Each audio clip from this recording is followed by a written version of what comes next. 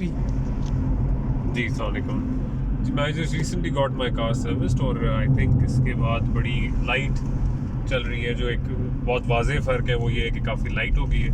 And I think दूसरा इसका फ़र्क पड़ा है इसकी इकॉनमी पे। So it's an old car, लेकिन आपके अगर गाड़ी ये मुझे एहसास हुआ है कि अगर आप थ्रॉटल बॉडी वगैरह साफ़ करके रखें सो काफ़ी आपकी गाड़ी स्मूथ और लाइट हो जाती है। So it's been I thought was about to change this और सेल इट, लेकिन इसकी जब से वो हुआ है ट्यूनिंग शूनिंग जो ये रोड साइड गराज ने जो किया था उससे बड़ा इसको नई लाइफ मिल गई है। So thank you road side garage.